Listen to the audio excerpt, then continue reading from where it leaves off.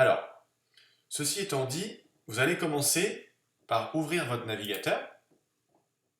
Ensuite, vous ouvrez un nouvel onglet et nous allons taper FortAdPays avec un S.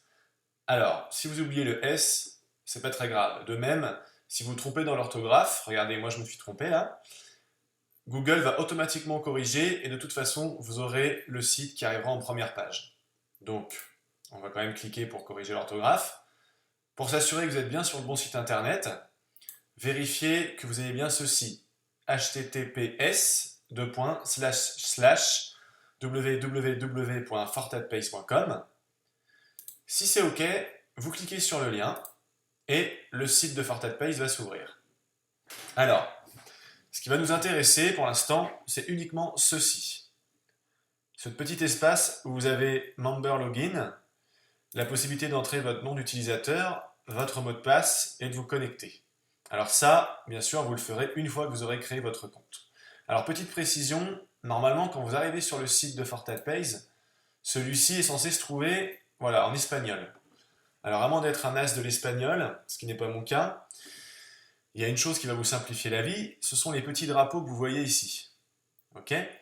Alors, il y a deux possibilités, pour ceux qui ne sont pas très à l'aise avec l'espagnol, c'est de le mettre soit en anglais, voilà, soit en français.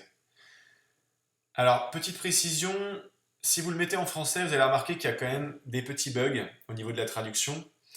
Je pense que c'est une traduction qui doit être fournie par Google Traduction, donc ça ne peut pas être 100% exact. Il faut savoir que ce n'est pas des traducteurs professionnels qui ont fait ça.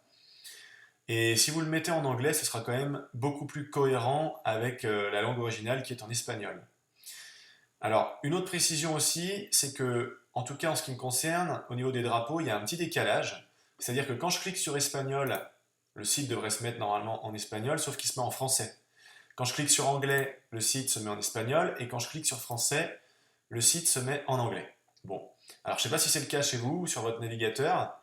Ceci étant dit, vous êtes au courant, et si c'est un bug de la part de FortatPays, je pense que ça va être corrigé assez rapidement. Voilà.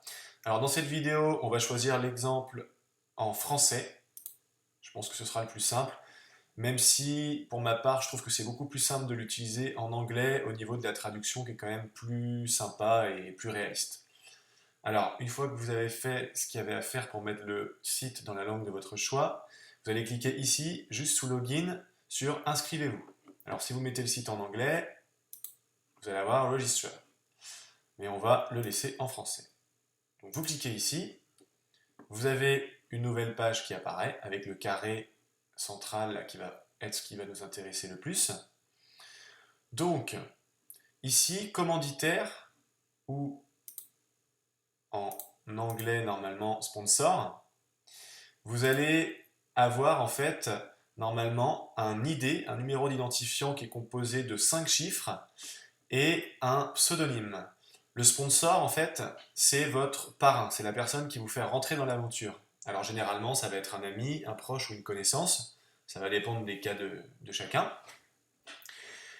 Là vous voyez NA, c'est-à-dire que je me suis connecté en mode un peu anonyme, je ne suis pas passé par mon propre lien de parrainage, auquel cas vous auriez mon numéro ID et mon pseudonyme de FortatPays qui s'afficherait. Voilà. Alors, je peux vous montrer ce que ça donne normalement quand vous vous connectez via un lien de parrainage. Voilà, c'est la même chose.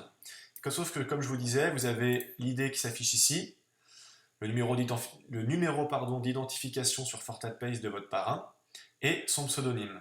Alors, si vous rentrez dans l'aventure via une personne que vous connaissez, de près comme de loin, idéalement, vérifiez qu'il y ait bien ceci qui s'affiche et que ce soit correct. Parce que ce serait pas très cool de se retrouver dans une mauvaise équipe si vous vous êtes trompé dans le formulaire d'inscription. Ça peut arriver, donc c'est pour ça que je préfère le préciser. Après, ça va être très simple. Tous les champs avec une petite étoile rouge, il va falloir les remplir, sinon vous allez avoir une erreur. Donc, dans Email, très simple, vous entrez l'adresse email de votre choix, à condition bien sûr qu'elle soit active et que vous puissiez vous y connecter juste après. Parce que, important, l'étape suivante, c'est que vous allez devoir vous connecter à l'adresse mail qui aura servi à créer le compte sur FortatPays pour activer votre compte, puisque vous allez recevoir un mail automatiquement dans la seconde qui suivra votre inscription. Alors, moi j'ai choisi l'adresse email de la chaîne YouTube. Ensuite, en nom utilisateur, donc moi j'ai déjà un compte sur FortatPaste, bien évidemment. J'ai créé un compte spécialement pour cette vidéo de présentation. Donc je l'ai appelé Test 56 Test. 56, c'est une petite dédicace au Morbihan en Bretagne, hein, là où je réside. Mot de passe. Alors, important, si vous vous trompez, vous aurez encore une fois une erreur. Votre mot de passe doit contenir entre 6 et 20 caractères. C'est même précisé ici, juste en dessous. Il doit également y avoir au minimum un chiffre. Donc si vous faites un mot de passe et qu'il n'y a pas au moins un chiffre dans le mot de passe, ça ne marchera pas. Voilà.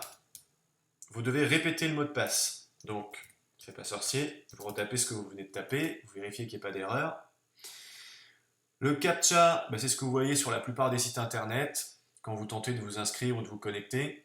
C'est ce qui permet de vérifier la sécurité de votre compte, et notamment d'assurer à FortatPaste que vous n'êtes pas un robot. Donc, tout simplement, vous recopiez le code qu'il y a ici.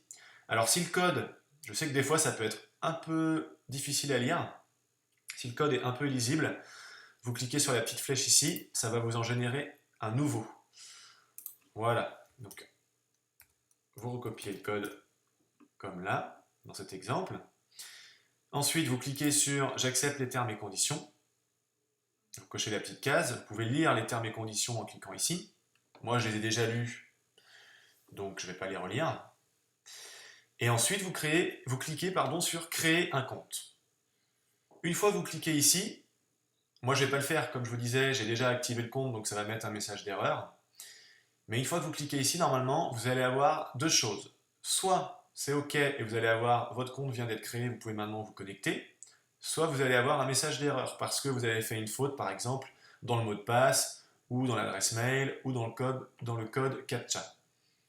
Alors si vous avez fait une erreur, c'est pas grave, vous recommencez, vous relisez tranquillement, vous faites attention que cette fois tout est OK, et vous recliquez de nouveau sur créer un compte.